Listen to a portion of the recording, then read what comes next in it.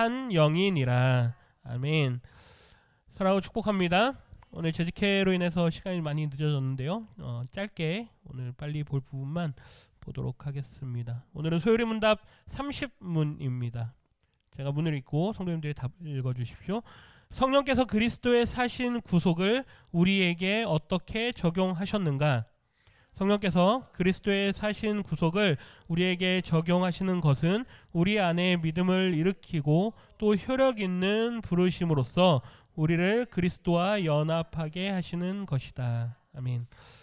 성령께서 그리스도의 사신 구속을 우리에게 어떻게 적용시키시는가? 실제적으로 성령께서 우리 안에서 어떻게 역사하시는가라는 부분입니다. 오늘 몇 군데 말씀만 보도록 할 텐데요. 성령께서 그리스도의 사신 구속을 우리에게 적용하시는 것은, 성령께서 실제적으로 우리 안에서 역사하시는 것은 우리 안에 믿음을 일으키신다. 그래서 가장 중요한 것은 믿음의 문제죠. 우리가 믿음을 저는 믿습니다라고 고백할 때 과연 그 믿습니다라는 고백도 내 힘과 내 능력과 내 의지로 할 수 있느냐라는 문제입니다. 예를 들어서 우리가 전도할 때 뭐 사형리라든가 어떤 이렇게 복음을 전하고 나서 마지막에 영접 기도를 합니다. 그래서 저를 따라 하십시오. 아니면 이렇게 영접하는 기도를 시키죠. 그럴 때 이제 그분에게 그러한 기도를 따라하게 할 때 잘 따라하는 분들이 있습니다. 근데 어떤 분들은 강하게 거부하는 분도 있고요. 저는 지금 믿는지 안 믿는지 나중에 해보겠습니다. 이런 사람들도 있습니다. 중요한 거는 그 사람이 영접을 하든, 그 사람이 제가 믿음으로 믿겠습니다라는 고백을 하든, 내가 나중에 조금 더 생각해보고 믿겠습니다라고 말을 하든, 결국 그 모든 믿음의 문제는 성령께서 그 믿음을 일으키셔야 됩니다. 그러니까 내가 의지를 가지고 나는 믿는다라고 고백을 한다라고 해서 믿을 수 있는 게 아니란 얘기죠. 그리고 그 자리에서 제가 믿겠습니다, 예수님을 믿고 저도 구원받겠습니다라고 이렇게 믿음으로 고백을 한다 하더라도 그 사람 안에 믿음이 일어나는 데는 또 다른 역사가 필요합니다. 그 자리에서 말은 할 수 있지만, 그럼에도 불구하고 그런 믿음의 고백이라고 하는 그런 말은 하지만 그게 정말로 믿음으로서 효력을 발생하려면 성령께서 우리 안에서 그 믿음을 일으키셔야 되죠. 한번 보십시오. 얼마나 많은 사람들이 전도 집회 같은 데 참여를 하고, 우리나라에 한동안 그 전도 집회의 부흥의 역사가 엄청 활발하게 일어났습니다. 빌리그레암 목사님, 얼마나 유명한 목사님 우리나라에 왔었습니까? 그때 얼마나 많은 사람들이 회심을 고백합니까? 나는 이제 예수님을 믿겠습니다라고 고백을 하죠. 그런데 정말로 그 사람들이 지금도 다 예수님 잘 믿고 있을까요? 아멘입니다. 네.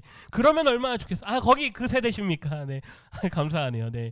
이런 산 증인들이 있죠. 그 자리에서 믿음을 고백하고 내가 예수님을 믿겠습니다라는 그 믿음의 고백으로, 믿음으로 지금까지도 그 믿음을 가지고 계신 분도 계시지만, 중요한 건 그때 그날 그 자리에서 다 같이 믿음의 고백을 했어도 지금 교회를 떠나 있는 분들, 신앙에서 떠나 있는 분들, 믿음을 가지고 살지 않는 분들이 있다란 얘기입니다. 아무리 내가 의지를 가지고 네 입술을 여서 말을 한다 그래도, 고백을 한다 그래도 그건 일종의 내 의지적인 표현일 뿐이지 내 안에서 성령께서 믿음을 일으키셔야 된다는 얘기죠. 이건 다른 얘기입니다. 그러니까 그 사람에게 영접 기도도 시키고 저를 따라 해보십시오. 나는 예수님을 믿겠습니다. 그러면 저는 예수님을 믿겠습니다. 나는 예수님을 믿음으로 구원받겠습니다. 이렇게 따라 시켜도 따라서 할 수는 있지만 그것이 정말로 나에게 구원으로서 효력을 발생하려면 성령께서 우리 안에 그 믿음을 일으키셔야 된다는 얘기죠. 그리고 효력 있는 부르심으로써 우리를 그리스도와 연합하게 하시는 것. 그래서 그 믿음으로 인해서 우리가 예수님과 연합되어지는 그 자리까지 나아갈 수 있어야 된다는 것입니다. 이 내용들을 가지고 말씀을 몇 군데 좀 보도록 할 텐데요. 우리 요한복음 15장 26절을 먼저 읽어봅니다. 내가 아버지께로부터 너희에게 보낼 보혜사 곧 아버지께로부터 나오시는 진리의 성령이 오실 때에 그가 나를 증언하실 것이요. 아멘. 예수님의 말씀 가운데 내가 가면 너희에게 보혜사 곧 아버지께로부터 나오시는 진리의 성령이 너희에게 올 것이다. 그러면 그 성령께서 너희 안에서 나에 대한 많은 말씀들을 생각나게 하실 거고 너에게 가르쳐 줄 것이다. 그게 성령의 역할입니다. 그 성령께서 우리 안에서 무엇을 하시냐? 예수님에 대한 믿음을 더 확고히 가질 수 있도록 우리 안에 계속해서 그거를 말씀해 주시는 역할을 하죠. 그러니까 우리가 가진 믿음이라는 것은 결국 그냥 내 의지, 내 고백, 내 선택 이런 걸로 내가 믿음으로 구원받았다라고 말할 수 있는 영역이 아니라는 것이죠. 절대적인 성령의 역사가 우리 안에 있어야 되고 성령께서 우리 안에 반복적으로 말씀에 대한 계속적인 어떤 그런 각성이 있어야 됩니다. 그게 없으면 그냥 물붓기식으로 계속 말씀은 듣고 예배는 참석하고 그냥 계속 그 말씀은 들어가지만 그게 그냥 계속 흘러 빠져나가 버립니다. 우리 안에 그렇게 뭐 콩나물에다 물 붓듯이라도 그렇게라도 해서 콩나물이 자라기는 하지만 그럼에도 불구하고 우리 안에 정말로 이 믿음이라는 것이 더 자라고 그것이 구원의 효력을 발생시키려면 그 받은 말씀들이 우리 안에서 성령의 역사하심으로 말미암아서 계속 작용이 될 수 있어야 된다는 얘기죠. 그러니까 예배 때 오셨다가 그냥 이렇게 눈 감고 계시다가 돌아가지 마십시오. 두 눈을 번쩍 뜨시고 두 눈을 부릅뜨시고 저를 쏘아보듯이 이렇게 쏘아보셔도 괜찮습니다. 전 시험 되지 않으니까. 계속 저를 보셔야 됩니다. 보시고 그 말씀을 계속 들으시면서 생각하셔야 됩니다. 그래야 그 말씀이 내 안에서 씨앗이 돼서 그게 계속 내 안에 역사할 수 있도록 밑거름이 돼야 되는 거죠. 맹탕인데다가 아무리 뭘 한다고 그게 되겠습니까? 성령께서 우리 안에서 무슨 역사를 하시려고 하는데 이 안에는 뭐 아무것도 없습니다. 씨앗도 없고 말씀도 없고 그러니 거기다 아무리 은혜를 주고 뭘 하려고 그래도 잘할 수가 없는 거죠. 반짝 잘할 수는 있습니다. 그런데 그게 오래 갈 수가 없다라는 것이죠. 성령께서 우리 안에 내주하십니다. 에베소서 말씀에 이렇게 기록합니다. 같이 읽습니다. 너희는 그 은혜에 의하여 믿음으로 말미암아 구원함을 받았으니 이것은 너희에게서 난 것이 아니요 하나님의 선물이라. 사도 바울도 동일하게 우리의 구원은 그리고 우리의 믿음은 결국 우리 안에서 발생되는 것이 아니다. 믿음은 우리 안에서 자연 발생되지 않는다. 우리의 의지만 가지고 믿음은 생기지 않는다. 이게 다 뭐다? 하나님의 선물이다. 하나님께서 우리에게 베푸시는 것이고 우리가 믿습니다라고 고백을 할 수 있게 하시는 것도 성령의 역사이지 아무리 내가 믿습니다라고 고백을 해도 우리 안에 그 믿음이 자리 잡혀 있지 않다면 그것은 그냥 헛된 말일 뿐이죠. 그냥 허공을 치는 말입니다.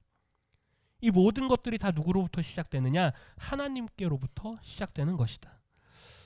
그러한 믿음을 고백하고 그러한 성령의 도우심으로 말미암아서 믿음을 소유한 자들은 신분이 바뀌고 정체성이 바뀝니다. 완전히 물리적인 변화가 일어나죠. 고린도전서 말씀에 이렇게 고백하는데요. 같이 읽습니다. 주와 합하는 자는 한 영이니라. 그 믿음을 가지고 나는 예수님을 믿습니다. 나는 하나님의 자녀가 됐습니다. 성령의 도우심으로 이런 고백을 할 수 있는 사람은 결국 주와 합한 자가 된다는 얘기죠. 그리스도와 하나가 된다는 얘기입니다. 이제 그러면 상호 내주, 상호 교류가 일어납니다. 그리스도께서 우리 안에 거하시고 내가 누구 안에 거하고 그리스도 안에 거하고 이게 서로 왔다 갔다 하게 되는 거죠. 그러면서 자연스럽게 내 삶이 나의 것이 아니오 내 삶은 누구의 것입니다? 주님의 것입니다. 하나님의 것입니다. 예수님의 것입니다. 이러한 고백들까지 나아갈 수 있는 거죠. 이거는 차원이 다른 신앙입니다. 초보적인 신앙일 때는 내가 믿음으로 하는 것 같고 내가 내 능력으로 내 힘으로 내가 뭔가를 내가 해냈을 때 경험하는 뿌듯함도 있고 왠지 내가 뭘 자꾸 하는 것 같고 이제 그런 맛에 초보 때는 신앙생활을 할 수가 있습니다. 그런데 신앙이 좀 더 자라고 그 믿음의 고백이 좀 더 깊어지면 그때부터는 우리의 고백이 달라지죠. 내 삶은 나의 것이 아닙니다. 내 삶은 주님의 것입니다. 우리 지난주에 내가 한 거는 하나도 없습니다. 이런 고백들이 나오게 되는 거죠. 그럼 우리의 신앙의 초보 때는 어떻습니까? 내가 해놓은 거 그렇죠? 이번 주에 혹시 여기 보셨습니까? 제가 했습니다. 요거 말씀드리는 게 아니고요. 여기 이렇게 큰 가림막 같은 게 있었습니다. 네, 다 뜯어냈습니다. 시원해졌죠? 누가 했습니까? 제가 했습니다. 이 초보입니다. 초보 때는 계속 이렇게 얘기하죠. 그런데 그게 아닙니다. 모든 것이 누구 겁니까? 주님의 것입니다. 내 삶은 주님의 것입니다. 갈라디아서에서는 그래서 이렇게 고백하죠. 같이 읽습니다. 내가 그리스도와 함께 십자가에 못 박혔나니 그런즉 이제는 내가 사는 것이 아니요 오직 내 안에 그리스도께서 사시는 것이라. 상호 내주, 상호 교류가 일어나면 성령께서 우리 안에 계속해서 생각을 주십니다. 어떤 생각을 주실까요? 어떻게 하면 하나님의 영광을 나타낼 수 있을까? 어떻게 하면 예수님의 이름을 드러낼 수 있을까? 어떻게 하면 나는 사라지고 주님만 나타나게 할 수 있을까? 내가 그리스도와 함께 십자가에 못 박혔습니다. 여기에 내가 정말로 못 박혔다는 얘기는 아니겠죠. 그렇죠? 내 자아가, 내 정체성이, 과거의 내 사람이, 내 옛사람의 모습이, 내 정욕이, 탐심이, 세상의 것을 구하던 그 마음들이, 늘 세상의 것을 사랑하던 그 모든 것들이 십자가와 함께 못 박힘을 경험합니다. 이건 내 의지로 절대 할 수 없는 영역이죠. 전혀 다른 영역입니다. 아주 신앙의 차원이 아주 높은 그런 영역이죠. 내가 십자가의 그리스도와 함께 못 박혔나니. 그래서 교회에 오면 우리는 산 제물로 있어야 될까요? 아니면 죽은 제물로 있어야 될까요? 우리는 말씀을 아니까 산 제물이라고 말하잖아요. 근데 사실은 그게 아닙니다. 제물은 삽니까? 죽습니까? 그럼 우리는 산 제물입니까? 죽은 제물입니까? 죽은 제물입니다. 교회 오면 하나님 앞에 우리는 다 죽은 제물로 있는 거죠. 그렇지만 은혜를 주셔서 우리를 살리시고 우리를 새롭게 하시고 우리를 변화시키시고 내 옛사람이 죽고 내가 이제 그리스도와 함께 하나가 되어서 내 안에 내가 사는 게 아닙니다. 이제는 내 안에 누가 삽니까? 그리스도께서 사십니다라고 고백하는 은혜를 주시는 겁니다. 그러니까 교회에 와서 아무리 우리가 뭐 세상에서는 뭐 날고 길고 하고 아무리 우리가 세상에서 무슨 뭐 화려한 삶을 살아도 교회에 오면 우리는 다 뭐 뭘까요? 다 죽은 사람입니다. 죽은 사람처럼 조용히 있는 거죠. 근데 그렇다고 해서 교회를 막 장례식처럼 뭐 그렇게 있을 수는 없잖아요. 그렇죠? 그 슬픔이 변하여 뭐가 되게 하시는 분, 기쁨이 되게 하시는 분, 우리의 근심과 걱정과 우리의 모든 우울감들까지도 하나님께서는 다 기쁨으로 바꿔주십니다.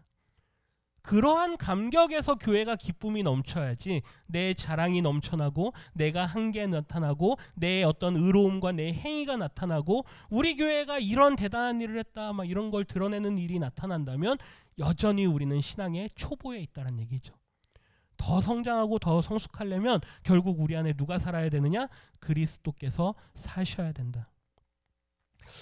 고린도전서 말씀만 읽고 오늘은 짧게 마치도록 하겠습니다. 고린도전서 2절인데요. 16장 19절과 20절입니다. 같이 읽습니다. 너희 몸은 너희가 하나님께로부터 받은 바 너희 가운데 계신 성령의 전인 줄을 알지 못하느냐? 너희는 너희 자신의 것이 아니라 값으로 산 것이 되었으니 그런즉 너희 몸으로 하나님께 영광을 돌리라. 아멘. 19절에 보면 너희 몸은 꼭 집어서 사도 바울이 몸을 이야기합니다. 그 이유는 그 당시 고린도 교회 성도들 가운데 몸으로 죄를 범하는 사람들이 너무나도 많았기 때문입니다. 그래서 너희 몸은 너희가 하나님께로부터 받은 것이다. 그러니까 너희의 몸도 너희의 것이 아니다 이거죠. 아까 제가 믿음으로 저는 예수님을 믿습니다. 내 의지적인 고백으로 고백합니다. 라고 할 때 그것조차도 우리 힘으로 할 수 있는 게 아니지만 거기에 더 나아가서 실제적인 우리의 몸도 내 것이 아닙니다라고 고백할 수 있어야 되는 것이죠. 그 이유가 아주 명확하죠. 우리 가운데 계시는 성령의 전인 줄을 알지 못하느냐. 즉 성령께서 우리 안에 거하시기 때문에 이제 더 이상 이 집의 주인은 내가 아니요 누구다? 하나님이시다. 집의 주인이 바뀌는 겁니다. 물리적인 변화가 일어나는 거죠. 내가 옛사람은 내 집주인은 나였습니다. 그래서 내 몸을 내가 주장할 권리도 갖고 있고 내 몸을 함부로 해도 누가 나한테 뭐라고 할 사람이 없죠. 그런데 이제 간혹 이제 아주 담배를 많이 피시거나 혹은 술을 아주 과하게 드시거나 그래서 그게 주체가 안 되고 통제가 안 될 정도로 그래서 그 상태로 와가지고 도저히 예배를 드릴 수 있을까 싶을 정도로 이제 음주를 많이 하시는 분들이 계시면 조절하십시오라고 말씀을 드립니다. 뭐 예전처럼 뭐 저 담배 피면 지옥 갑니다. 술 먹으면 지옥 갑니다. 분명히 신앙에 유익하진 않습니다. 신앙적으로 분명히 방해되는 요소들이 많습니다. 그런데 중요한 거는 그러한 조절할 수 있고 그걸 가지고 내가 하나님 앞에 정직하고 내가 바른 마음으로 신앙의 고백을 할 수 있다면 그거에 대해서 뭐라고 할 수는 없죠. 그런데 정말로 그것조차 통제가 안 되는 사람들이 너무나도 많습니다. 근데 그런 사람들에 대해서는 반드시 권면을 하죠. 그렇게 술을 많이 드시고 하나님 앞에 나와서 예배를 드릴 수 있겠습니까?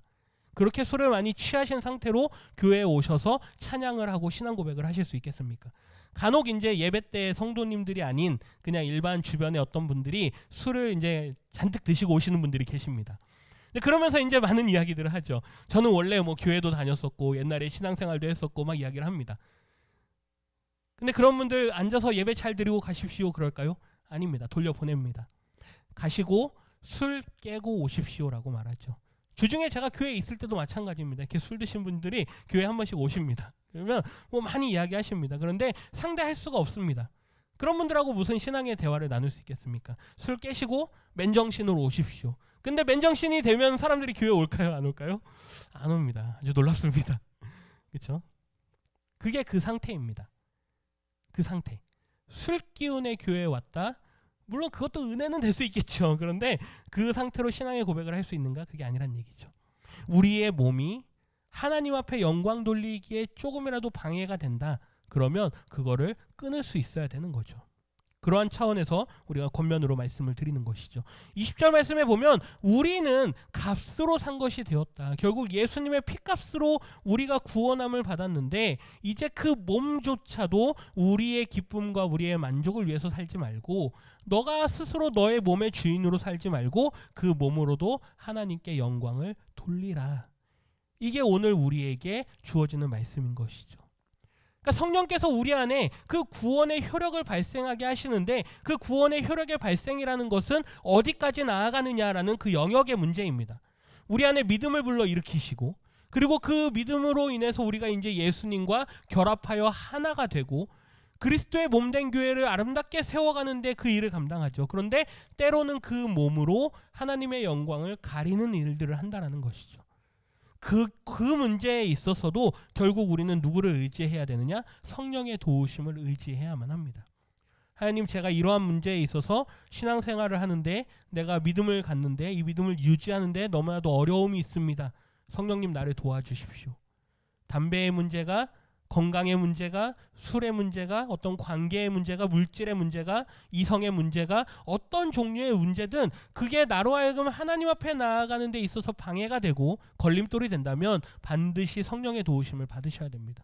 저를 도와주십시오. 내가 하나님 앞에 더 온전하게 나아갈 수 있도록 이 모든 상황과 환경들을 주님 인도해 주십시오. 우리 마지막 에베소서 말씀 읽고 마치겠습니다. 그에게서 온 몸이 각 마디를 통하여 도움을 받음으로 연결되고 결합되어 각 지체의 분량대로 역사하여 그 몸을 자라게 하며 사랑 안에서 스스로 세우느니라. 아멘. 이 말씀은 거기에서 한 걸음 더 나아가면 이제 우리 개인만 있는 게 아니죠. 성령께서 우리에게 믿음을 주시고 개인적으로 구원을 경험하고 개인적으로 이 몸으로서 하나님 앞에 영광 돌리는 삶을 살아가는데 거기에서 멈추지 않고 반드시 우리는 공동체로 부름을 받습니다. 그 공동체 안에서 이제 예수 그리스도를 우리의 머리로 하고 온 몸의 지체로 우리가 다 하나씩 기능들을 감당하죠. 그래서 각 마디를 통해서 도움을 받음으로 연결되고 결합되어서 각 지체의 분량대로 각자가 갖고 있는 은사대로 각자의 능력대로 그 일들을 감당하는 겁니다. 그러면서 그 몸을 자라게 하고 사랑 안에서 이 몸이, 이 교회가, 공동체가 더 아름답게 세워져 가게 하는 거죠. 오늘 우리가 재직회를 하면서 많은 이야기들을 나눴습니다. 그 안에 사람의 감정이나 사람의 생각이나 어떤 사람의 욕심이 드러나지 않습니다. 그 이유가 뭘까요? 목적이 분명하기 때문에 이 교회를 이끌어가는 이유는 하나님의 영광을 위한 것이다. 그러니 거기에 사람이 뭐 욕심을 드러낼 이유가 없고 감정을 드러낼 이유가 없는 거죠. 지금 월드컵 기간입니다. 그렇죠? 월드컵 보십니까? 네, 우리나라 첫 번째 경기 잘했죠. 근데 그 장면 이렇게 축구 쭉 보다 보면 재밌는 장면이 있습니다. 손흥민 선수가 부상 때문에 열심히 뛰지를 못합니다. 그렇죠? 어떤 상황이 되면 약간은 좀 웅크려드는 모습도 보이죠. 그런데 놀라운 게 뭔지 압니까? 그 옆에 있는 사람들이 한 발 더 뜁니다. 이 선수가 헤딩을 해야 되는데 얼굴에 부상이 있으니까 헤딩을 못하면 다른 선수가 더 적극적으로 다가갑니다. 그러니까 그게 팀이 된다는 얘기죠. 요 말씀입니다. 한 사람의 연약함이 있는데 그 연약함을 비난하고 비판하는 게 아니라 그 사람의 약점을 다른 사람들이 한 발 더 뛰어서 보완해 주는 거죠. 교회는 그런 곳입니다. 어떤 사람이 지팡이를 짚는다? 그러면 그 사람의 지팡이가 되어주는 그러한 일을 감당하는 게 우리 교회란 얘기죠. 결국에는 이 모든 일들을 이루시는 분이 누구시냐? 우리 안에 역사하시는 성령이시다. 그래서 성령이 내주하시고 우리 안에서 믿음을 자라게 하시고 우리의 몸도 하나님의 영광을 위해 사용하게 하시고 교회 공동체도 하나가 되게 하시는 그 일, 그것을 기억하시면서 하나님 우리 안에 성령의 충만한 역사가 이루어지게 해주십시오. 이 교회에도 성령의 역사가 충만하게 해주십시오. 이 한 주간도 그렇게 기도하시는 우리 성도님들 되시기를 주님의 이름으로 부탁드립니다. 기도합니다. 하나님